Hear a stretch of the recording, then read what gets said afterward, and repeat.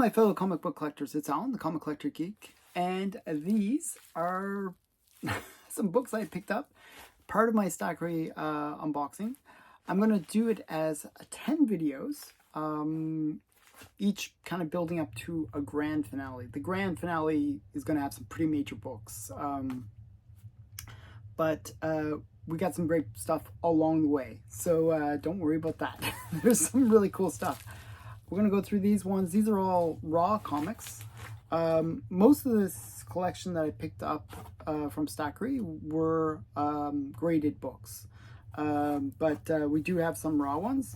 And we'll start out with whatever's inside this first Gemini mailer. And it looks like, I have no idea. I have no idea what it is.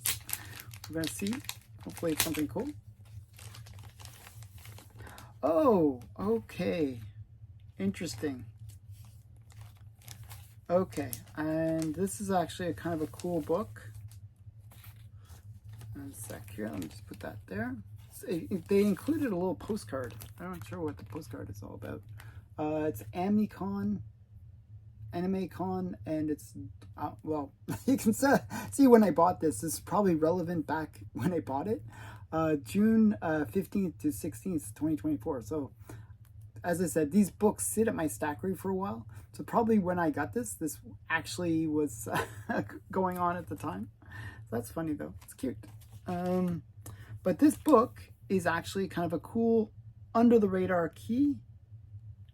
It is Boris the Bear, number 6, I believe. Number 6. And you got some Boris being Batman and his friend being being Robin. I'm not sure who the rabbit is trying to be, but yeah. So this is Boris the Bear number 6, and I believe if I'm not mistaken, I believe it's Rob Liefeld's first commercial art, not on the cover but interior. So just if you collect artists' first appearances in comics in terms of their artwork, well, this is a kind of a major key. So Boris the Bear number 6, and I'll put in the comment into the description if I'm wrong. I think I'm right though. Okay, this next one, I tried to actually unbox a bit more than I usually do, so that you won't have to watch me unboxing as much, so that it'll go a bit smoother. But I thought this one was a little bit easier to get out than it was.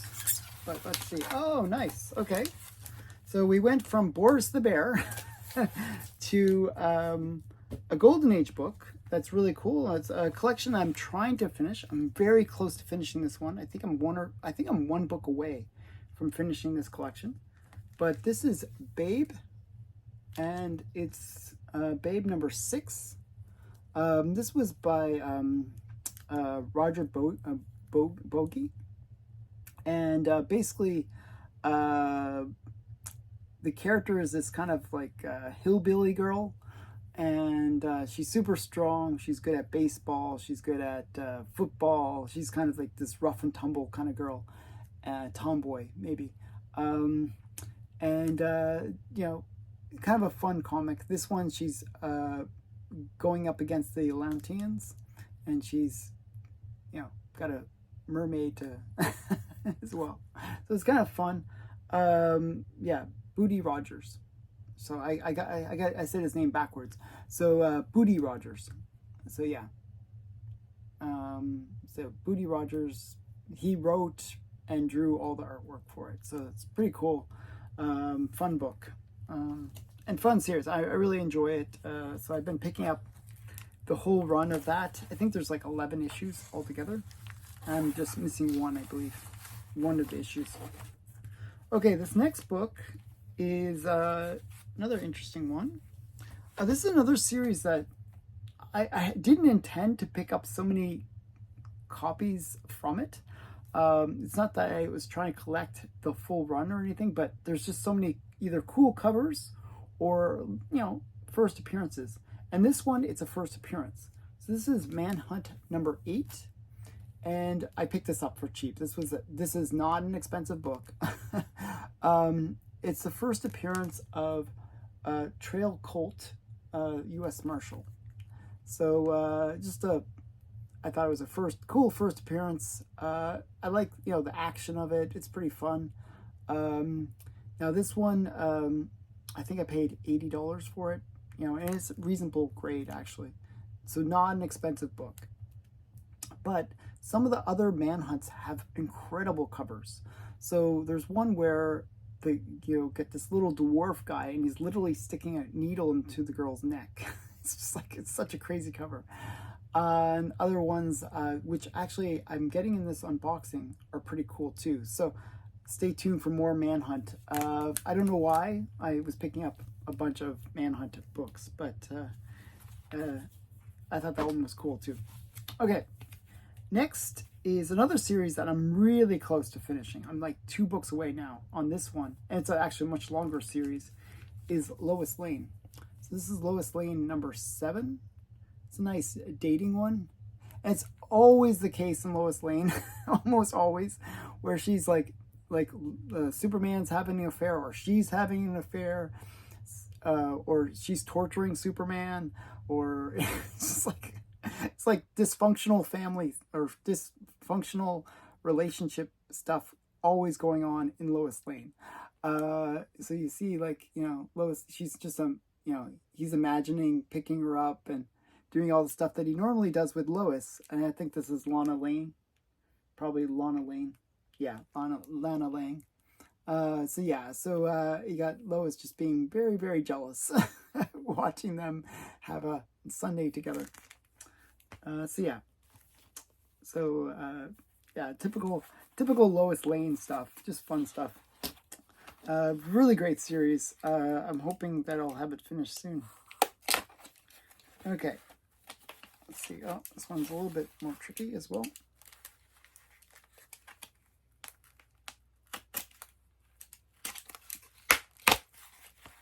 Okay, I thought this one would be much easier than it was. Okay, I think I got most of the thing. It's double taped. I don't know why people do that. It's like, okay. So sometimes I think, it looks like it'll come out really, really easily. And then they double tape it, actually this one was triple taped to the package. Okay, that was fun. Okay, let's throw that all on the floor. So now I gotta, actually, it's quadruple tape. You never can have enough tape. Oh my goodness. Okay, so there's just so much tape on this one. Wow, just like layers and layers of tape. Okay. So hopefully I can get all this tape off. I mean, at least they use painter tape, which makes it a little easier, but man, so much tape. I don't know why they have to use so much tape.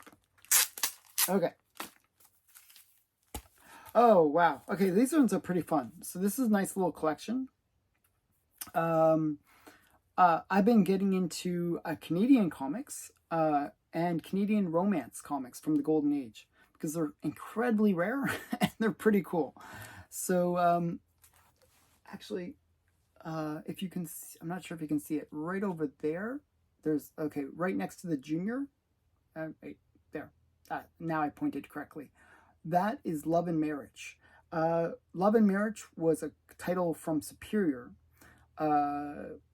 This was during the time where there was actually a trade embargo between Canada and the US in terms of comic books. Canada could not sell, Canadian comic book publishers were not allowed to sell to the US, and we were not allowed to import US comics into Canada. That was the rule back then. It was on the Canadian side that we did this. Now, what happened was Superior, being Superior, they didn't care. They would sell these books in the US as well. But they're incredibly rare. So this is another title from Superior, which was based in Toronto, Canada, called My Secret Marriage. So just a really great romance comics. What is it saying? Sweetheart, then will you marry me? Typical romancy kind of stuff, but really fun books actually. So there's that one, And from that's from 1955. So just at the end of the Golden Age. Barely made it into the Golden Age. And then this is the other one that I got, My Secret Marriage, number 28. That was number 12, and this is just around the same time. So this is 1956. So this is barely Silver Age. But it didn't have the comic code, which is interesting. So yeah, so My Secret Marriage from 1956. Now the era of the early Silver Age is actually quite hard to find, especially romance books. They're really rare. I don't know why. Maybe because it was sort of like the boom bust. You went from the Golden Age where everybody was buying comics, it was just a huge thing, to the bust of this early Silver Age where comics were kind of a little bit not liked at that time. They were just putting in the Comic Code Authority. There was a lot of uncertainty. There was a lot of companies going out of business. Very difficult time for the comic book community, and the books of that era are actually fairly hard to find. So this was quite a cool one to find. Not only is it rare time, but it's also a time when Canadian books were quite rare as well. So, multiple factors. Very cool book. I was kind of excited to get that one. Next one. Another one that's been double taped, triple taped, quadruple taped. Let's see if I can get this one out. Okay. Oh my goodness. I thought these ones looked like I thought I prepared these, believe it or not. I actually prepared where it wouldn't be like so challenging to get them out. Okay, this one's a really cool one. I got a pretty good deal on it because it is a bit rough. It's not in the highest grade, I have to say. But it is an Alex Schomburg cover. And it is quite a hard book to find. It's a book that I've been wanting to get because I collect Infinity covers. And this is an Alex Schomburg Infinity cover. So we got America's Best Comics, number 21. And you got The Fighting Yank, you got Black Terror and Samson. Just really cool Infinity cover where they're looking at the comic and it's, then they're looking, it's Infinity. So I'm not sure how many times does this go kind of Infinity. We got 1, 2, 3, 4. 4 times. Not bad. So a nice little Infinity cover. Nice Alex Schomburg art. You can see what I was saying by it's rough. You get the corner missing. There's looks like some water damage at the top. I knew it was rough. I talked the guy down because it was rough. This is a pretty expensive book in any condition. So I got it, I think it was under 100. So I was quite happy with that price. The grade is low though, but still the main image presents well, and that's really what I was going for. So just a really cool Infinity cover, becomes part of my Infinity comic collection. So yeah, so that's nice Alex Schomburg cover art. I guess the theme of this unboxing is people that overly tape, because the next box is the same way. Jeez, I didn't realize. Okay. All right. Oh, this one's interesting. Okay. So I like homage covers as well. So I collect Infinity covers. I collect homage covers. And Archie has a tendency of doing homage covers. And they did an homage cover to a Frank Frazetta cover. And this is their, I think it's Beware. I forgot what the title is. Beware 10, I believe it is. Don't quote me on that. I think it's Beware 10 or Beware 9. I want to say 10, but yeah, this is Thrills and Chills. And yeah, it's an homage. It even says right there, you can see after Frazetta. Just a classic pre-code horror cover, homaged but with Archie. And you got Archie as a zombie pulling poor Betty to another zombie, which is Jughead, which is just fun. So there's this version. And then, of course, you got to do the same with Veronica as well. And who's in the background there? I'm not sure who the zombie is in the background. I'm not sure who that is. But just a really cool homage cover. I got the Betty version and the Veronica version of it. I love my homage covers. I have another box just devoted to homage covers, and I thought that was a fun one. Okay, this next book is another cool one. I got this from my comic shop. I bought it by itself. It came up, and sometimes like I have like notifications with their store, and basically if certain books come up, I'll just instantly buy it. I don't wait to pull, to check out my whole entire cart. I'll just buy it because they usually sell quickly if they ever come up. And this is one of those books that generally sells fairly quickly if it ever comes up, because it's one that's kind of desirable. It's got a cool cover. And it's one that most people wouldn't really think of, but it is a cool one. It's Ken Blake, Secret Service, number 12. And this is from Atlas Comics, which is early printing, early version of Marvel. Imprint is the word I was looking for. And this one is an interesting one. You got this kind of girl in the red dress, and she's not in distress in this case. She's about to kill the Secret Service, Kent Blake. And she's like got the dagger all ready, and he's gonna run over and she's gonna stab him. But it looks like he's already rescued her from a whole bunch of these looks like red Chinese people. So this is like early 50s. Just a cool Marvel Golden Age book. I just thought it was a really great cover. So, I don't know. That's one that I've been wanting for a while. It's actually got an interesting thing because it actually has, not the comic code, but it has an early one of these versions of the comic code. This was a precursor to the comic code. And they actually adopted many of the rules that this code had in the Comic Code Authority. But the problem was this original code didn't really get mass acceptance, and it basically went nowhere.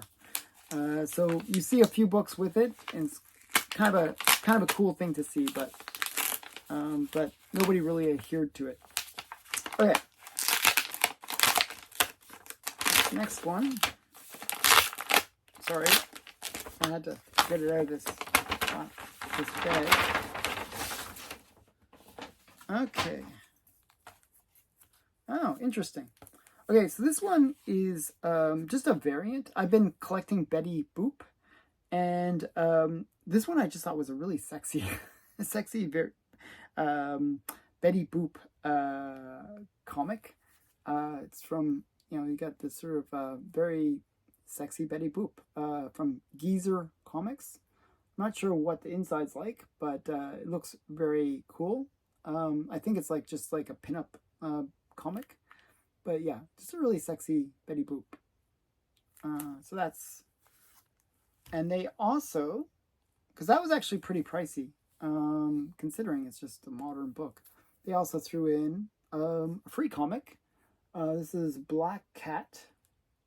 And I'm not sure, it looks like almost like a CGI variant. But yeah, but kind of cool. I always like free stuff, so. Very cool book, Black Cat. And then we got two more. So we got another series that I've been trying to get the whole run of because I really think they're fun. This is Tessy the Typist, part of, again, another Marvel related title. This one is quite cute. It's, let's dim the light, it hurts my eyes. No. Wolflex, Wolfie, I'm not sure what his name is.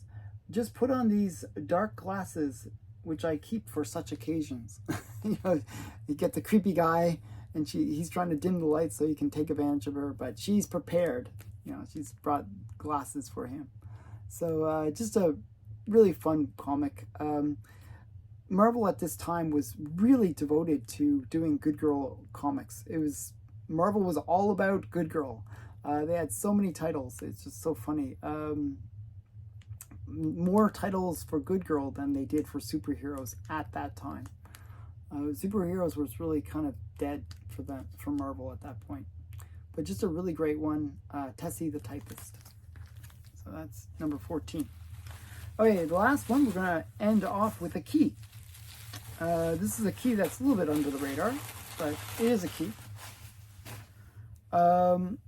This is All-Star Western number 117, and it is the first appearance of this girl, and featuring 6-gun showdown with Madame 44.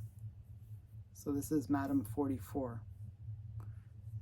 She's dressed in all white. When I said keep your hands off your gun, Thunder, I meant it. So she's pretty cool. Fiery redhead and white costume. So really cool like Western character first appearance. And strangely, well, not strangely, maybe because she is kind of a sexy character, her appearances, especially her cover appearances, generally go for a fair amount of money. Just a interesting character. So yeah, so All-Star Western with Johnny Thunder. So hope you enjoyed this first part of this unboxing. As I said, there's going to be a lot of great stuff. The grand finale is going to be huge. So let's see. Hope you enjoyed. Thanks for watching. Bye for now.